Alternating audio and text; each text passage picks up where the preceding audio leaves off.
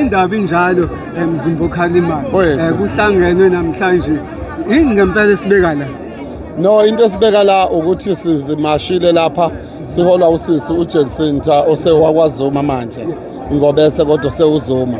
Cha silapha njengoba siyama South Africans ziningi izinto esingajabulile ngazo ezikhona. Kuyaziwa ukuthi ke le ndawo esikuyo lapha ePoint yisona sizinda sobugebengu.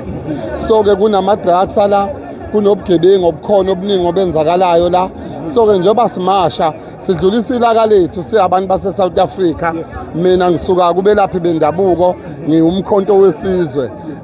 Ngathatha inqumo ke sokuphumela obala noma kwangafanele kodwa ezilida olapha bonke abantu ngaphumela obala ngenxa yokuthi ke siyalwa njengamanje nathi siveza ungaphatheki kahle kwethu ngezimo ezikhona eSouth Africa. So ke kuningi okwrong lapha eSouth Africa. One kunabantu abangena kumabhoda abaningi abalapha eSouth Africa abama million, more than 10 million, 20 million abala ongeke usuke namhlanje uye kwelinye izwe ufike wena ningene nibe bangaka uyoboshwa sometime. So ke sizoveza ilaka lethu. Okunye kune problem ekhona njengoba thina sisebenza ngesintu sinezinto esi-experienceayo yokuthi kufika umuntu waseNigeria amithisa usisi wami ebese eyishiya lengane ahambe eyohlala eGoli. Uthola ukuthi lengane kunamasiko okumele yenzelwe wona ayisakwazi ukwenzelwa lengane lamasiko ngoba ubaba wayo wamithisa washiya. Sinaleyo nkinga ke ezosilimaza in a long run abangeke bayibone manje. Kungcono umuntu uma ezothola ingane nodadewethu aphinda ayinaka ayenzela amasiko. So ngeke ukwazi ukumthola lowo muntu uyomthola phi ngoba uhambile waye eCongo, wahamba waye eMalawi, wahamba waye eNigeria, yonke leyo nto leyo. So ziningi inkinga esinazo. Uhulumeni uvula amabhoda bayayingenela nje abantu. Uma ngabe umuntu eseboshiwe uphinde futhi adedelwe ethi usa-applyini aphinde aboshwe. Kunabantu abaningi abenza ubugebengu la. Lo muntu wadubula amaphoyisa umoya namhlanje akazazi abantu. 2 police died eJohannesburg. Bekade becaleni wa-escape laba bantu banama skills oba amasosha balanga ngokungemthetho. Asisho ukuthi asibafuna abantu bangaphandle abeze ngendlela eright ngoba nami mangiphuma manje ngiyongena eborder one ngiphatha ipassport. Uma ngidriver ngemonto ufuna ngibe ne-road permit yokuhamba. Uma uvinjwa lapha eMozambique noma eZimbabwe noma eBotswana noma eZambia lama border seduze fanele uyikhiphe i-road permit ukuthi nansi imoto iregistiwe. Mawufika futhi phambili kuna roadblock fanele ukhiphe lokho. Uma ungahlulahlekelwe kuyi1 same time uyaboshwa. So ke iSouth Africa isifana nebanana country ngenxa kahulumeni wase South Africa ongaqinisi isandla. Uma ngabe ekhaya ke kunobaba ongasiqinisa isandla ingane uyithola seyimithi lapha uthole nomunye sepheka ibhodo lakhe nomunye senjani sekuyinqova deng lento yenzeke eSouth Africa. So sizothi siyama South African asikho happy ngohulumeni okhona onika amalungelo abantu bokufika more than ama South Africans. iyaziwa kakhulu iPoint ukuthi dominate ngama drugs for iminyaka kuloko kuthulekile. Mawubuka mhlawumbe kuyiphathi imandla kungani kuloko kuthulekile? No phela kuyaziwa ukuthi umkhwanazi uke wabamba ama-container laphana eHarper akade nama-drugs ayinqwaba.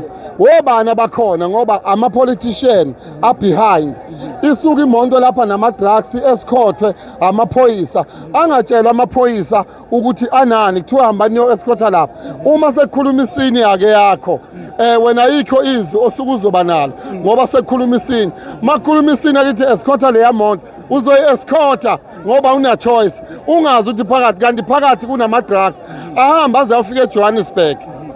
So ile nkinga ke sibhekene nayo enkulu yokuthi uhulumeni okhona njengamanje ucekela phansi abantu base South Africa akanandaba nabantu base South Africa kunalokho kunendaba nabantu bokufika. One bayicebisa bona abantu base South Africa bayahlupheka. Uyababona abantu abangaka abaningi babo labantu abasebenzi kodwa mawufika esibhedlela uzofica iforeigner lisebenza. Uthola ukuthi aninawo namaphepha. Mawufika esikoleni uzofica iforeigner lisebenza. Izitoro lezi ezigcwele la u90% wabantu abahlala la kwi-CBD yaseThekwini abantu bokufika. Thina si-end up singenazo indlela zokuthi sikwazi ukuthi sibenefit as ama-South Africans. So yilokho esikhala ngakho. Yini enifisa ukuthi le march i-achieve namhlanje? One, into esiyifisayo ukuthi amaphoyisa lana asebenzayo awangacindezelwa. Akhona amaphoyisa asebenzayo la ema-police station, ngangayisho lento. Uthola ukuthi ukufika kuye nedokodo kuthiwa abone ukuthi uzokwenze njani ngale dokhethe. Selfone yenze yonke into iphoyisa labopha laqeda bese kufika isinya yayo esigebengu ithi ibona uzokwenze njani ngale case. Ingane yabantu ithole isisebenza under pressure ngenxa yokuthi senior yayo isiyikhomandile yathi ibona uzokwenze njani ngale case. Uma ngabe kuqhubeka ne-investigation ebopha umuntu ayithole sengasasebenzi kahle esesenkingeni, amaphoyisa nawo awakhulume aphumele obala akuveze ukuthi anenkinga yokuthi acindezela amasenior wawo, uthola ukuthi awasasebenzi. Ngeke ngasebenza kwi-VIP before, sabopha abantu laphana kwa-V bekade bebamba inkunzi e-KFC. Masibabopha laba bantu lithe malihamba icala abanye ababaseshi bayithola sekufuneke baqegise isandla ekubopheni laba bantu ngoba amasenior wawo athi uma ungaboni ukuthi wenze njani ngale cala uzoba senkingeni. Ngikhuluma ngezinto mina engizaziyo esengiyibonile zenzeka. Umthetho wase-South Africa uqinile, abantu abaningi basebenzisa umthetho, basebenzisa amaphoyisa ukumanipulate umthetho, benza into eyi-wrong ngoba basemaphaweni. Yilokho esikhala ngakho.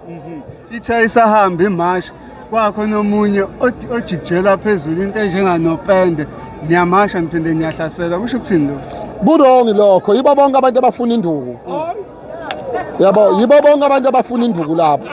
Ngoba ngeke ukuthi sihamba kube khona ojikijela opende, yabo.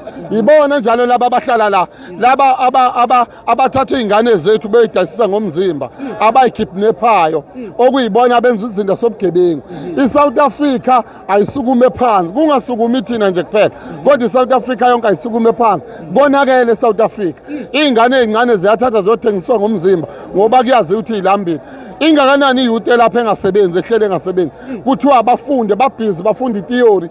Ungafunda itheory from grade R up to matric. Usuke ku-matric ufunda itheory, uze university for 5 years. Uphike lapha vele usuneyikweletu, usuney'ndleko nazo. Uhulumeni akashintshe even isystem yokusebenza ngoba iyona esilimazayo. During i-COVID kwalandwa odokotela eCuba, kodwa bakhona odokotela la bayazi ukuthi abanawo ama-proper skill enza izinto practically ukuthi umuntu uhlinzwa kanjani, kubhekwa kanjani, yonke leyo nto leyo. So uhulumeni wase-South Africa ubacekela phansi abantu base-South Africa. So lokho kade kwenzeka ukuthi bephosa upende enye indlela yoku-attack. Ukube kuthiwa besuka lapha nje sikhiphe ibhamu sidubule lapha esiveze khona bese soba necala ngomuntu o-attack abantu ade benza imashi esemthethweni imashi. Uthini kubantu base-South Africa abangekho abasagoqa izandla ngabagqugquzela uthini? Ngizithi kini wemadoda eneka amasende lapho.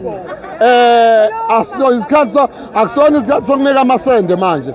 Yisikhathi sokuthi indoda nendoda ayisukume phansi ihambe ingene emgwaqeni, konakele manje.